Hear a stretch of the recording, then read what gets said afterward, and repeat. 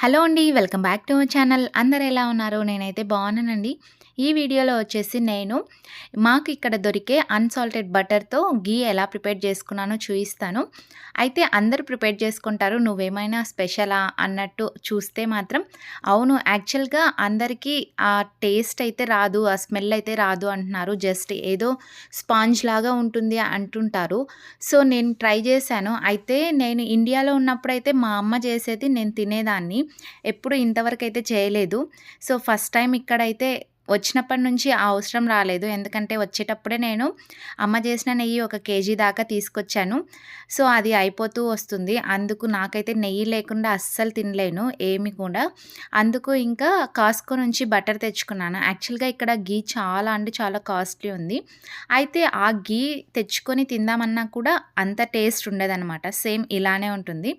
ఇంకా అయితే ఇక్కడ బటర్ తెచ్చుకొని ట్రై చేయొచ్చు కదా అనేసి నేనైతే ఇక్కడ స్టార్ట్ చేస్తున్నాను. యాక్చువల్‌గా కాస్కోలో వచ్చేసి $14కి ఇలా 4 ఎల్‌బీ బటర్ అయితే దొరుకుతుంది. అన్సాల్టెడ్ బటర్ అయితే దొరుకుతుంది. ఇక్కడ నేనొచ్చేసి యాక్చువల్‌గా నాకైతే ఎగ్జాక్ట్‌లీ 1 అవర్ పట్టింది ఈ ప్రాసెస్ చేయడానికి. చాలా ఓపిక అవసరం. నిదానంగా చేసుకుంటే కింద గిన్నె కూడా అడుగంటకుండా సూపర్‌గా వస్తుందండి. టేస్ట్ కూడా చాలా బావుంటుంది. స్మెల్ కూడా సూపర్‌గా ఉంటుంది. ఇందులో అయితే నేను ఒక ఇంగ్రీడియెంట్ యాడ్ చేశాను చివరిగా. అందుకు నాకైతే సేమ్ మన ఇండియాలో ఎలా ఉందో దాన్ని బీట్ చేయలేం కానీ అలా అనిపించింది.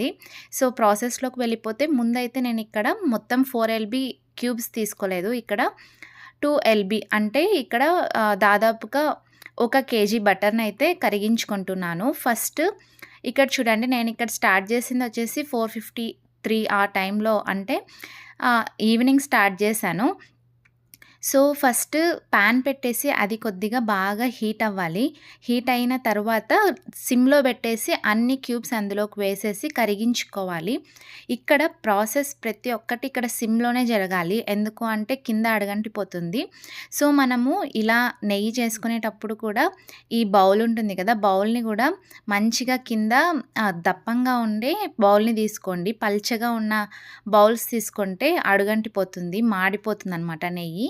సో, నేనైతే ఇలా కింద బాగా థిక్‌గా ఉన్న బౌల్‌ని తీసుకొని స్టార్ట్ చేశా. చూస్తున్నారు కదా! ఇలా మొత్తం అంతా కరిగిపోయిన తర్వాత ఇలా మొత్తం పైన వైట్ కలర్‌లో బురుగు బురుగు వస్తుంది. నాకైతే అస్సలు అర్థం అవ్వట్లేదు.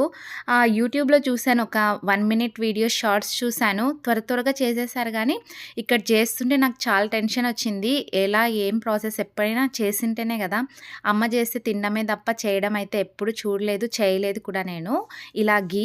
సో, వైట్ కలర్ బురుగు బురుగు వచ్చినదంతా కాసేపటికి కొంచెం గోల్డెన్ కలర్‌లో మారిపోద్ది.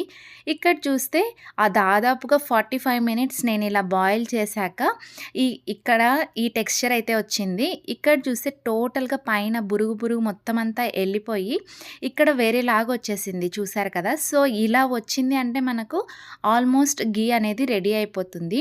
పైన మనకు లేయర్‌గా ఫామ్ అయినది కిందకెళ్ళిపోద్దనమాట. సో, అది కిందకెళ్ళిపోవడం వల్ల మనకు గిన్నె అనేది మాడిపోవడం జరుగుతుంది. అంటే అడుగంటుతుంది. సో, అలా అడుగంటకుండా నిదానంగా తిప్పుతూ ట్రై చేస్తూనే ఉండాలి. సో, నియర్లీ నాకైతే 1 అవర్ పట్టింది. ఇంకా మొత్తం అంతా ఫినిష్ అయిపోయింది.